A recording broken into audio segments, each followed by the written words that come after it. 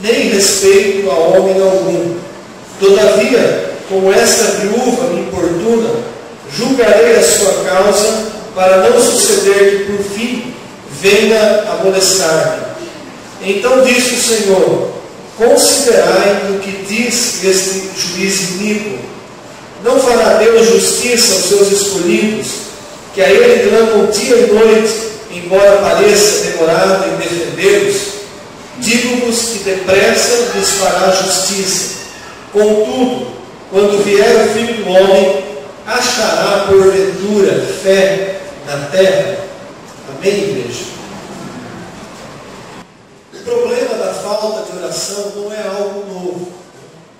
Notem por essa passagem que desde a época em que Jesus andou nessa terra, o povo já não tinha uma dedicação efetiva como deveria ter à oração.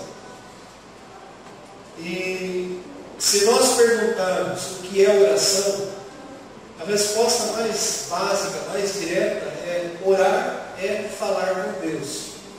Essa é uma resposta bem resumida e verdadeira, porque de fato orar é falar com Deus, é manter um relacionamento com Deus. E nós mantemos um relacionamento com Deus através da oração. Por exemplo, nós mantemos relacionamento entre nós, com as pessoas que nós amamos, com companheiros de trabalho, de escola, no dia a dia. De que maneira? Falando, dialogando. Essa é a maneira mais simples, mais direta de nós nos relacionarmos com as pessoas. E assim também com Deus, amados. A maneira mais simples, mais direta de nós nos relacionarmos com Deus é falando com Deus. Apesar de não o vermos, apesar de nosso Deus ser invisível, Ele existe e é real, nós sabemos disso. Então o nosso diálogo com Deus, ele é algo que nós vemos em várias e várias passagens da palavra de Deus. Nós poderíamos ficar aqui mais de uma hora abrindo versículos e lendo e confirmando dentro da palavra de Deus a importância que o próprio Jesus dava à oração. Inúmeros versículos e textos bíblicos que nos impelem a orar. Não apenas nos impelem, mas nos ordenam a orar. O próprio Jesus, Filho de Deus, em seu ministério terreno, fazia da oração o seu tempo mais precioso. Era normal, comum, ele se retirar para um local a sós e ali orar com o Pai. Sendo nós conhecedores de tudo isso, fica a pergunta: por que oramos tão pouco? São raros os cristãos que separam pelo menos uma hora por dia para se dedicarem à oração. Mais raros ainda são os casais que oram juntos. Parece que marido e mulher têm vergonha de pegar um na mão do outro e orar. Orações em família, então, nem se fala. Todos temos inúmeras desculpas, mas a Bíblia continua a mesma. As palavras de Jesus, Paulo, Pedro, Tiago, João, falam da necessidade e da importância de orarmos. Talvez a questão seja definir nossas prioridades. Aquilo que consideramos importante para nós, com certeza ocupa os primeiros lugares em nossa lista de prioridades. Talvez o que precisamos é incluir a oração no topo dessa lista de prioridades. Algo que seja importante para nós. Mais importante que o nosso descanso, mais importante que o nosso lazer, mais importante que as nossas horas de academia, jogos, diversões, namoro e até mais importante que o nosso trabalho. Não precisa ser tão radical e pôr o celular para despertar 3 horas da madrugada. Comece, por exemplo, levantando-se meia hora mais cedo e fale com Deus. Comece seu dia com gratidão, com louvor. Faça seus pedidos. No final do seu expediente, separe mais meia hora antes de dormir. Fale com Deus de novo. Agradeça, peça perdão e louve. Chame o seu esposo ou sua esposa, orem juntos. Podia incluir aqui, chame os filhos, orem juntos. Com certeza isso fará muita diferença em sua vida. Então esse é um texto que nós colocamos como uma chamada no boletim, mas ele é a base dessa mensagem dessa noite. Amados, nós como igreja precisamos resgatar na nossa vida a importância da oração. Aqui no texto eu citei, que marido e mulher parece que tem vergonha de orar juntos. Marido e mulher não tem vergonha de tomar banho juntos, de ficar nus juntos, mas parece que para orar sente vergonha. Não dá coragem de pegar na mão e chamar, vamos orar. Pais e filhos, parece que encontram tempo para tudo, mas a gente não consegue separar um tempo para orar junto com os nossos filhos. E a nossa falta, a nossa negligência à oração, sabe o que acontece? Abre um leque de brechas na nossa vida, por onde Satanás encontra oportunidades de nos afligir. E aí então o cristão ele corre para a oração quando já a água subiu e está quase se afogando. E aí quando está no momento de desespero, quando a vaca está indo para o brejo, a situação está complicada, Satanás já achou espaço, já fez um estrago na família, no trabalho, já fez alguma coisa que destruiu, roubou, aí a gente vai lembrar de orar. Nossa, eu preciso orar. Aí começa a ligar para todo mundo pedindo oração, para os intercessores, para o pastor. E a pessoa mesmo que precisa não ora. É impressionante. Impressionante como nós negligenciamos a oração, que é algo tão simples. E que a Bíblia repete várias e várias vezes que devemos fazer uso da oração. Na nossa quarta-feira, no culto de oração, eu estava citando Efésios capítulo 6, a armadura de Deus. E no final daquele texto, o próprio apóstolo Paulo pede oração para si mesmo, para que a igreja intercedesse por ele. Nós vemos que a oração ela é uma arma real e eficaz contra as ciladas do diabo. É através de uma vida de intimidade, de orarmos ao Senhor, que nós somos revestidos de poder. E Paulo cita isso quando ele ora para a igreja, pedindo para que a igreja fosse revestida de poder pela oração em o nome de Jesus Cristo. Então, amados, por que nós oramos tão pouco? Porque se marcarmos um culto de oração, vem meia dúzia de pessoas. Porque quando marcamos uma reunião de intercessão, são 4, 5 ou 6. E fica para nós uma pergunta: será que está tudo tão bem assim na minha vida, que eu posso deixar de orar e falar para Deus: olha, o Senhor não precisa mais se preocupar comigo, está tudo bem aqui. Amados, oração é relacionamento com Deus. O nosso tempo de oração demonstra a nossa intimidade com Deus. Se nós falamos com as pessoas que amamos, por que não falamos com Deus? Se nós colocamos prioridades na nossa vida e achamos tempo para as nossas prioridades, sejam elas quais forem, seja lá o que for que é importante para você, você arruma tempo. Eu também. Aquilo que é importante para mim, eu arrumo tempo para fazer. Não tenha dúvida disso. E às vezes o que é importante para mim não é importante para o outro. Mas o que é importante para nós, nós arrumamos tempo, não é verdade? Se nós oramos pouco, é sinal que a oração não tem sido importante para nós. Não faz parte das nossas prioridades. E aí nós começamos a enfrentar uma série de problemas dentro da família, no trabalho, no ministério, no relacionamento com os irmãos na igreja. Todos os problemas, a base é falta de oração. Você pega um ministério que começa a se deteriorar, começa a surgir um monte de picuinhas e problemas, está faltando oração. Você pega uma liderança de igreja que começa a ter divisão, começa a ter pensamentos contrários, começa a ter discussão nas reuniões, está faltando oração. Você pega uma família que não se entende mais. O marido fala um idioma, a mulher fala outro, os filhos falam um terceiro idioma. Ninguém se entende dentro da casa. Está faltando o quê? Oração. Está faltando aquilo que vem de Deus e que sobe para Deus.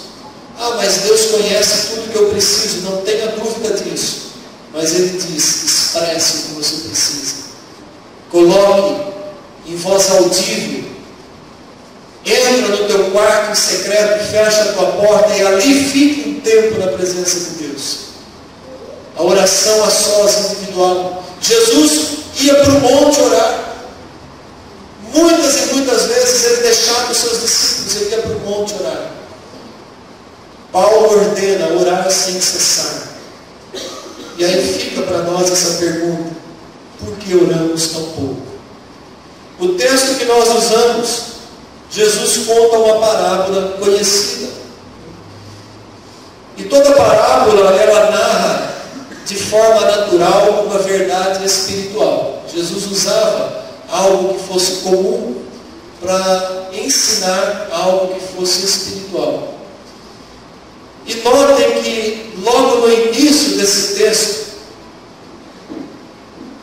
no primeiro versículo que nós lemos, o versículo 1, o texto diz assim: disse Jesus uma parábola sobre, qual é a palavrinha que está na sua Bíblia? O dever.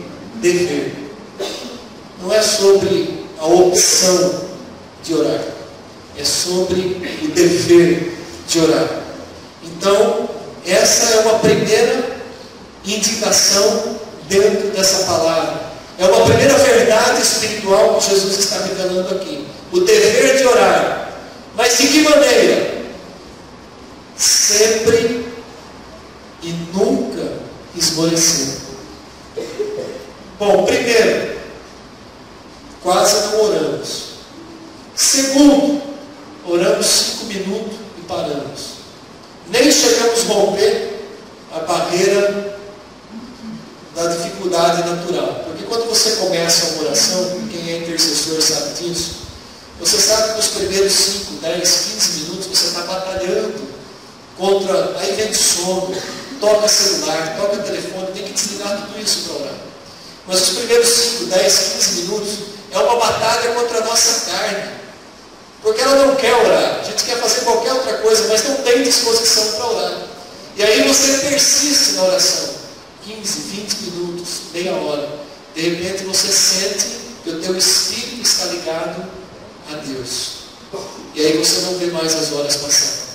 Aí você entra no nível espiritual.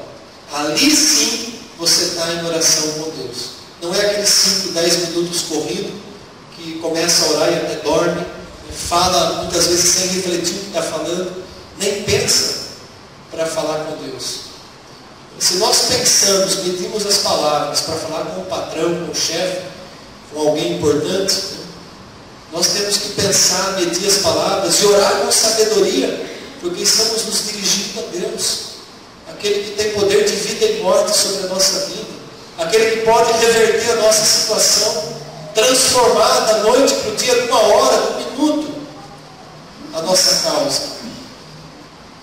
Conheço pessoas que oraram anos e anos a fio pela vida de um outro, para que se convertessem e foram honradas. Então, esse texto começa dizendo que nós temos o dever de orar sempre, não é de vez em quando, e nunca esmorecer. Ou seja, orar com perseverança. Essa parábola também, ela não faz uma comparação. Jesus não está comparando aqui o juiz iníquo com Deus Pai. É o contrário, ele está mostrando um contraste. Notem bem esse texto que muitas vezes a gente lê nas pressas e não percebe. Jesus não está comparando a atitude do juiz em atender o pedido da viúva com a atitude de Deus em nos atender. Não é isso, não é uma comparação. Essa parábola está mostrando justamente um contraste, mostrando a diferença de como Deus age em relação a um juiz que sequer era temente a Deus. Então o texto narra uma história dizendo que numa cidade, numa determinada cidade, havia um juiz, alguém que tinha autoridade, um magistrado. E esse juiz tinha duas características, as duas ruins. A primeira, ele não temia Deus.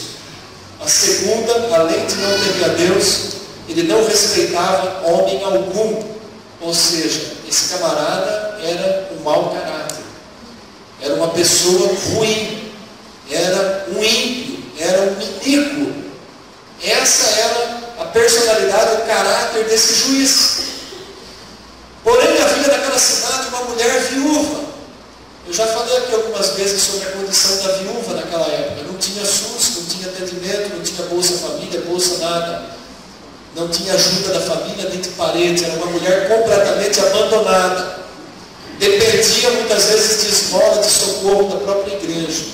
Se ela não tivesse um filho que trabalhasse, fatalmente passaria necessidade. Além de ser mulher, era viúva. Dentro da cultura da época, isso era uma condição terrível. E essa mulher não tinha ninguém que a defendesse, ela precisava de um favor desse camarada ruim. O que é que essa mulher começou a fazer? Dia após dia, ela ia até esse camarada, esse juiz iníquo, e ali ela clamava: julga minha causa. Por favor, julga minha causa contra o meu inimigo. Aquela mulher tinha algo na vida dela, que primeiro ela precisava, tinha necessidade real. Nós oramos quando nós temos necessidade real. A gente relaxa, mas quando a água bate, a gente tem que sair andando para os braços do Pai. Né? Mas não deveria ser assim, só na necessidade real. Deveria ser todos os dias. Oração não é só pedido, é ação de graças, é louvor.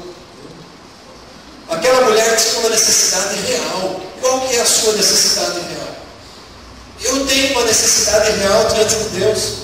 E eu oro por ela todos os dias até que Ele me atenda. Então, se nós temos uma necessidade real, nós temos que ir até aquele que pode resolver o nosso problema. Quando? Sempre. Ininterruptamente. De maneira perseverante. A insistência dessa mulher, que poderia ser completamente desprezada, e ela foi desprezada, humilhada por aquele juiz, mas aí chegou uma hora que aquele camarada ruim, aquele mau caráter, ele resolve atender aquela mulher, até por uma questão de benefício próprio, para que aquela mulher parasse de encher a paciência dele. Você vai entender isso no texto. Para que ela parasse de aborrecer, ele diz assim: eu vou julgar a causa dessa mulher. E ele julga e a mulher sai satisfeita. Né? É o que nos dá a entender. Então, amados, olha a situação, o contraste que o próprio Jesus quer mostrar. Se um homem mau, que não temia Deus, mau caráter, chega no momento, ele acaba atendendo a causa daquela mulher, o contraste é o seguinte: qual a visão que você tem de Deus Pai? Não há margem de comparação, há uma margem de diferença, do contrário. Se aquele camarada mau chega num ponto que ele até faz o bem em favor daquela mulher, embora ele estava olhando para a necessidade dele, para ter sossego, imagina como é que o nosso Deus e Pai olha para as nossas orações, para as nossas necessidades. Muito, muito superior. A Bíblia diz que os olhos de Deus estão postos sobre os justos e os seus ouvidos inclinados ao nosso clamor. Se nós sabemos disso, por que nós vamos tão pouco em oração na presença de Deus?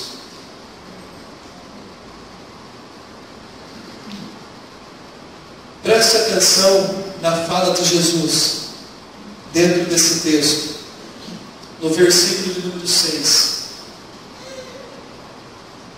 Considerai. Era isso que Jesus estava dizendo. Jesus conta a parábola, depois ele diz assim para as pessoas que estão ouvindo a parábola: olha, considerai. Significa para nós assim dizer, olha, presta atenção no que diz esse juiz iníquo. Jesus mandou prestar atenção, considerar o que o juiz iníquo disse. E o que é que o juiz iníquo tinha dito? Ele disse assim, no versículo 5, todavia, como essa viúva me importuna, eu julgarei a sua causa, para não suceder que por fim venha molestar. Então note que Jesus, ele aponta a diferença. Se um homem mau chega no ponto de atender, considera agora a bondade de Deus. Considera o poder de Deus. Considera o amor de Deus quando você faz um pedido, quando você busca Ele. Muitos aqui já são pais.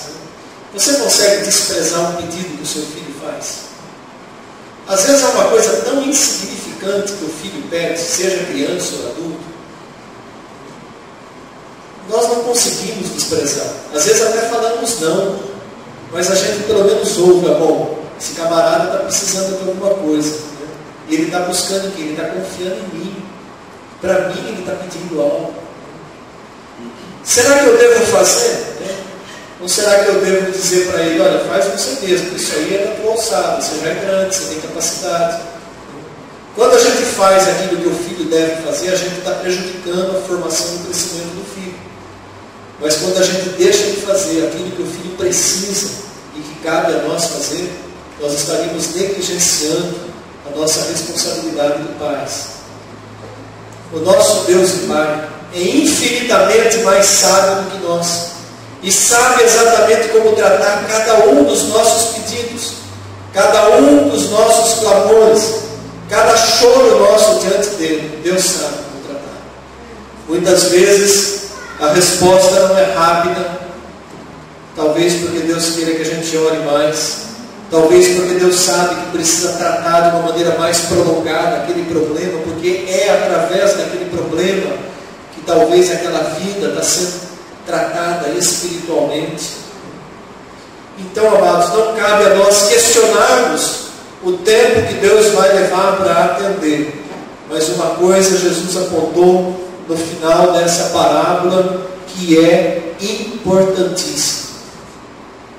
Jesus aponta para algo que é importantíssimo, que sem esse fator não adianta a gente perder tempo orando nem um dia inteiro de joelho.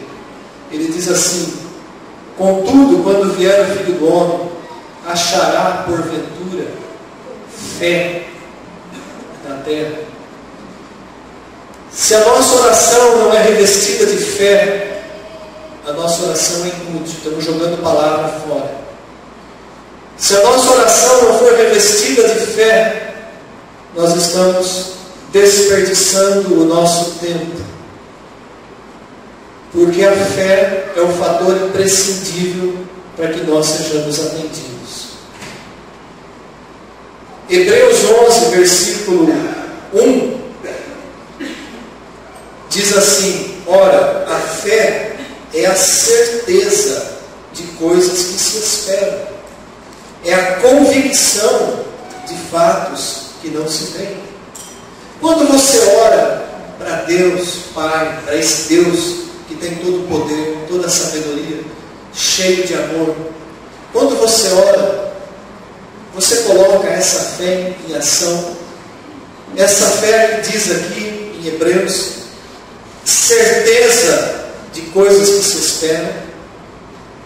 Porque muitas vezes a criança, ela é atendida rapidamente na oraçãozinha dela com o Papai do Céu. Porque a criança, quando ora, ela ora e ela descansa, sabendo que o Papai do Céu vai fazer o que ela pediu. É uma oração diferente, é uma ligação direta, amados, porque a fé da criança não duvida de Deus. A fé da criança não duvida do amor de Deus, não duvida da grandeza de Deus. A fé de uma criança não duvida da bondade de Deus. Então, fé é certeza de coisas que se esperam. Olha, eu tenho orado por uma coisa, Deus ainda não me atendeu, mas pela fé eu creio que Ele vai fazer, porque o meu pedido é algo justo. Não estou pedindo algo para eu esbanjar no meu egoísmo, para eu me divertir, eu estou pedindo algo que é imprescindível para a minha vida. Entende, amados? Então eu sei, eu tenho certeza que Deus vai fazer, só não sei quando. Só não sei quando. Mas também, quando Ele não faz, eu vou fazer igual essa mulher viúva. Eu vou continuar todos os dias na minha oração. Olha, Senhor, eu sei que o Senhor não se esquece, mas eu estou aqui na minha oração de fé, lembrando, colocando de novo na Tua presença o que eu preciso. E o Senhor sabe que eu preciso disso.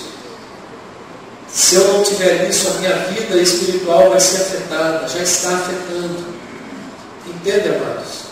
Mas eu sei que o Senhor fará, porque é algo que é justo, que é imprescindível. Então isso é exercer a fé. Descansar em Deus não é abandonar a perseverança. Eu já orei faz 10 anos, estou descansando em Deus. Isso não é descansar em Deus.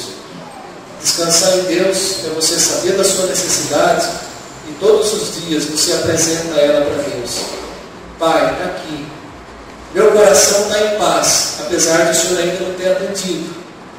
Aí no dia seguinte você fala de novo com Deus: olha, Pai, está aqui, estou precisando.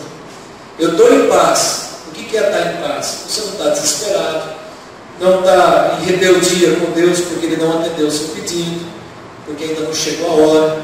Você não está levantando contenda entre os irmãos, entre a família. Você está em paz.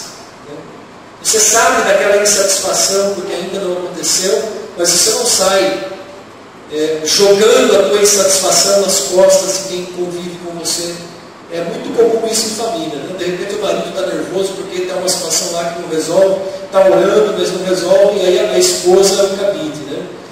Coitada, vai falar uma coisa, já descarrega o caminhão em cima, ou os filhos, né? Às vezes até o cachorrinho da casa sofre, né? O cachorrinho vem, chega querendo lamber, a hora que chega no serviço, dá um pontapé, né? Isso não é descansar em Deus, né? Descansar em Deus é você orar, você coloca a perseverança todo dia, mas o teu coração fica em paz. Você sabe que no tempo certo Ele vai fazer, porque aquilo que você pede é algo que está dentro da vontade de Deus. É algo justo. Então, amados, a fé também é convicção de fatos que não se veem. Nós não vemos ainda acontecer, mas há uma convicção em nosso coração que vai acontecer. Eu costumo dizer algumas vezes, né, que nós precisamos tomar posse. Né? Esse termo é muito comum nos dias de hoje. Né? Existe esse negócio de tomar posse, pastor? Existe. Tomar posse, sim. Determinar para Deus, não.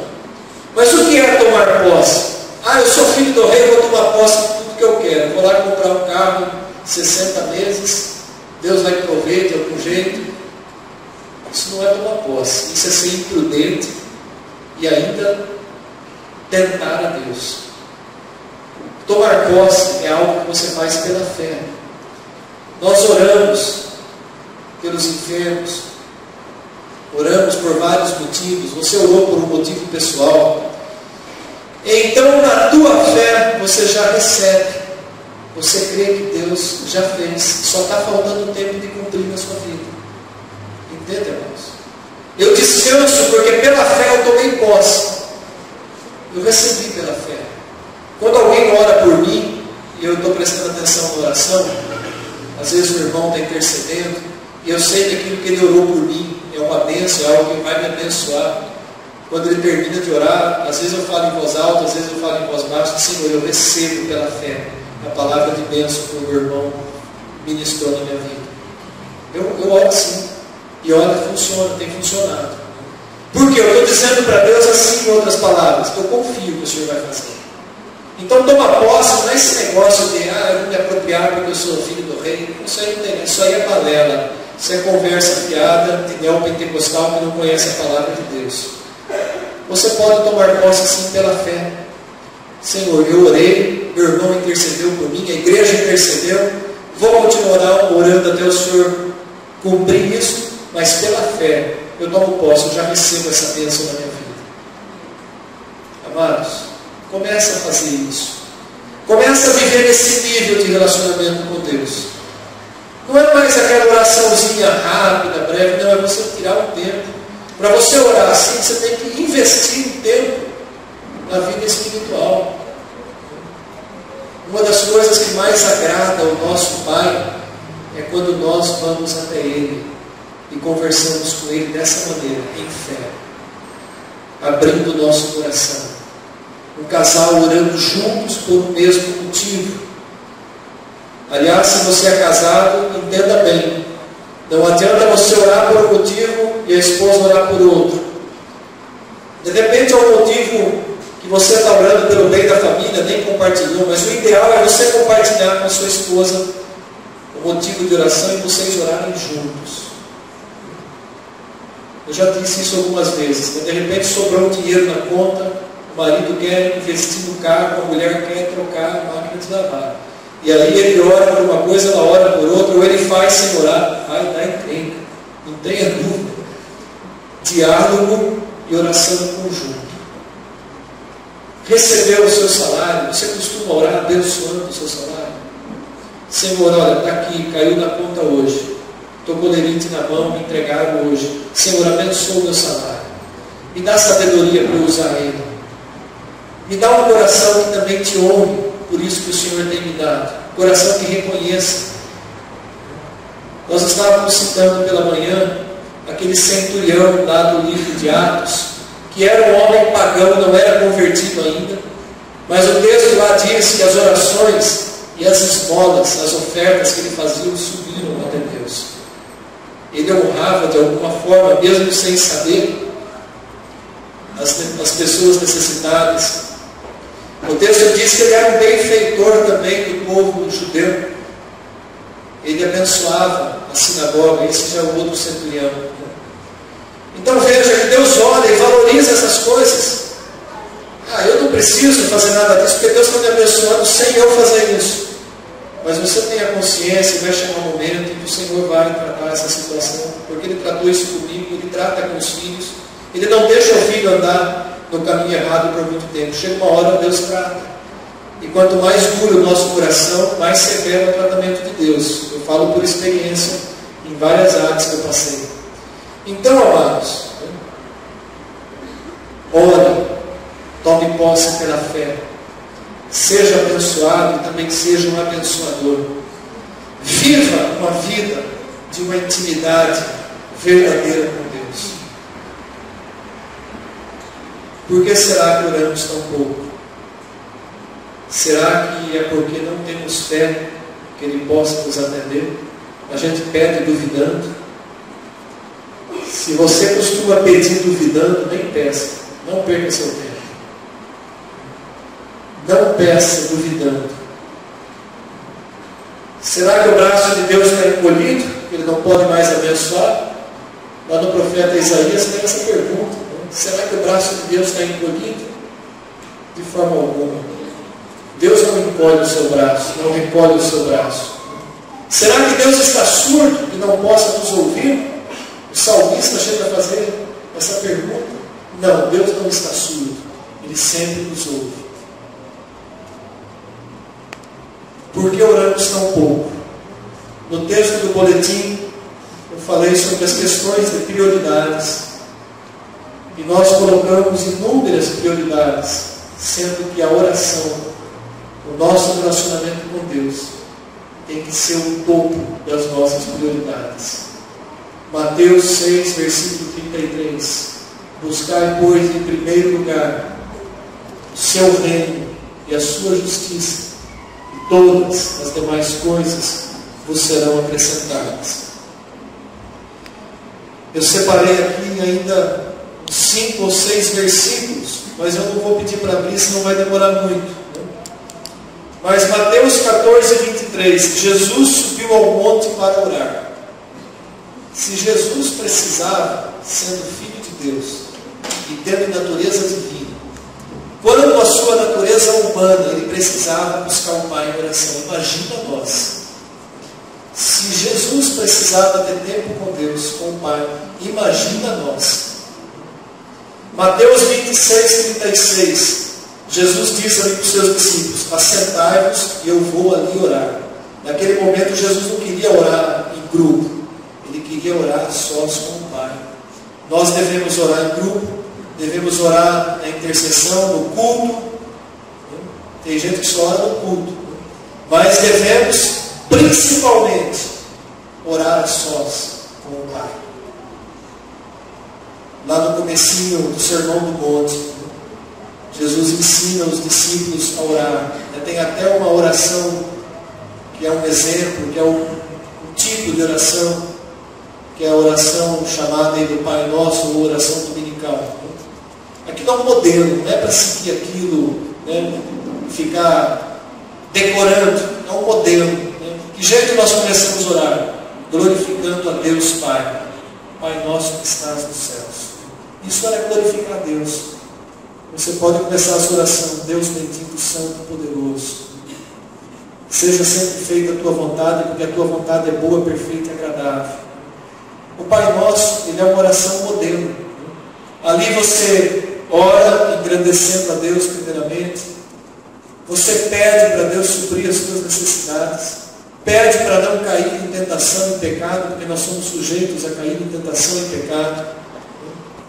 Tudo isso. Uma oração curtinha, mas era só um modelo. Nós não devemos fazer ela decorada. Já rezei o Pai Nosso. A gente dizia assim antigamente. Não, amados.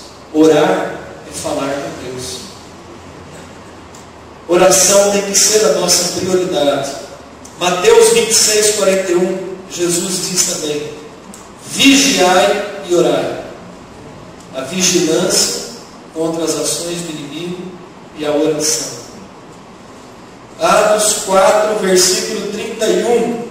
A igreja ora unida. Em tal unidade que quando eles terminam a oração, o lugar treme. O chão tremeu. Tal foi o fervor da oração daquela igreja. A gente não consegue imaginar isso, porque a gente nunca experimentou isso. Mas eram gente como nós, que se colocaram ali em oração durante o tempo, foram orando, orando, orando, e quando encerraram a oração, junto com os discípulos, tremeu o chão. Isso é coisa sobrenatural. Lucas 6, versículo 12. Passou a noite orando. Você acha ruim orar 15, 20 minutos, meia hora? Né? Ah, não tenho tempo, acorda meia hora mais cedo. Vai dormir meia horinha mais tarde. Tira esse tempo de oração. Isso é o mínimo dos mínimos. Mas Jesus passou a noite orando. Uma vigília, ele começou a orar e parou a noite orando. A igreja fazia muito isso antigamente, né? Vigílias. 1 Tessalonicenses 5,17, Paulo dizendo: orai sem cessar. Era uma ordem, estava no imperativo para a igreja: orai sem cessar. Não pare de orar, vocês precisam orar. Nós precisamos orar. Paulo representava a liderança da igreja.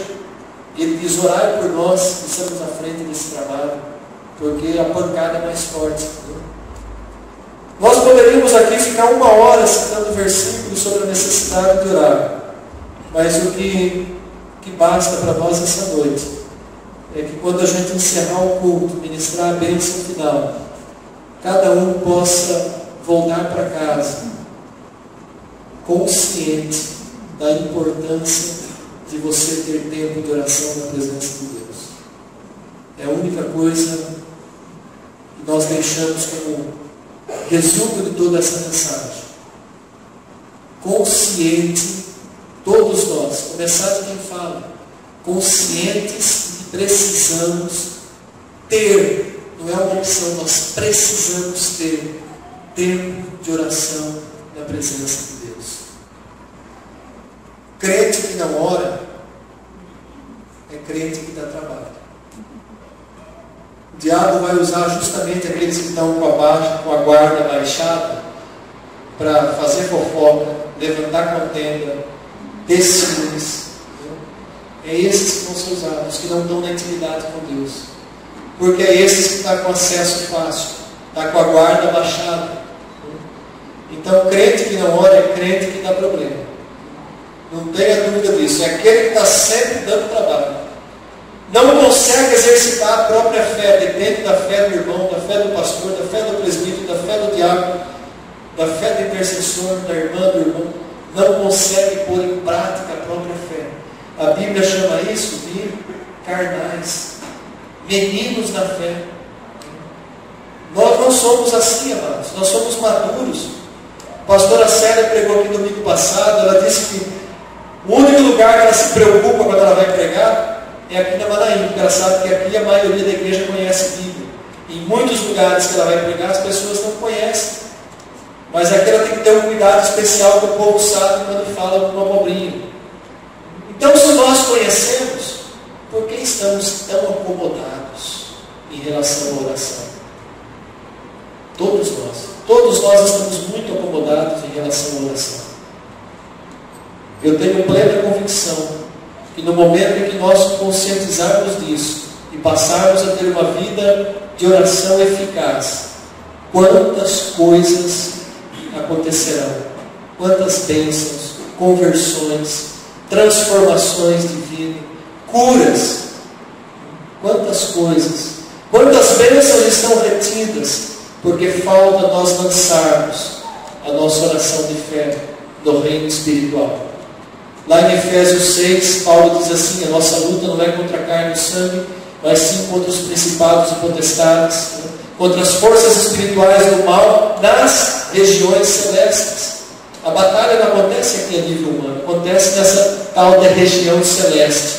Aonde fica isso? Não pergunte, não tem endereço, mas existe um lugar aí que se chama regiões celestes, reino espiritual. Quando nós oramos, a nossa oração vai para esse lugar, vai para o reino espiritual. Ali acontecem as batalhas. Daniel, ele ora, e quando o arcanjo vem para dizer para ele: olha, a tua oração foi ouvida logo que você orou, só que levou 21 dias. E eu fiquei batalhando contra o príncipe da Pérsia. Significava que aquele arcanjo estava enfrentando um principado demoníaco que regia sobre aquela região da Pérsia. Ele usa esse termo. A resposta não veio imediata, veio depois de uma batalha espiritual que aconteceu nas regiões celestes. Então nós oramos. As batalhas acontecem na região celeste, no reino espiritual. Se nós não oramos, não acontece nada. Não tem batalha, não tem bênção. Aliás, o inimigo vai conquistando territórios na nossa vida. Ele vai conquistando cômodos na nossa casa espiritual. Entende, amados? Se a igreja não abrir os olhos para a importância da oração, a igreja tende a ficar um clube social. Lugar onde as pessoas vêm, se reúnem, batem papo, faz um churrasquinho, uma feijoada de vez em quando, todo mundo é amigo, mas não tem poder nenhum. E aí, hora ou outra, os problemas começam a pipocar. Vamos nos colocar em pé. E te guarde. O Senhor faça resplandecer o rosto sobre ti e tenha misericórdia de ti. O Senhor sobre ti levante o rosto e te dê a paz. Ministre a paz do Senhor. Desejo uma semana de vitória ao teu irmão. E assim eu desejo a cada um também, em nome de Jesus.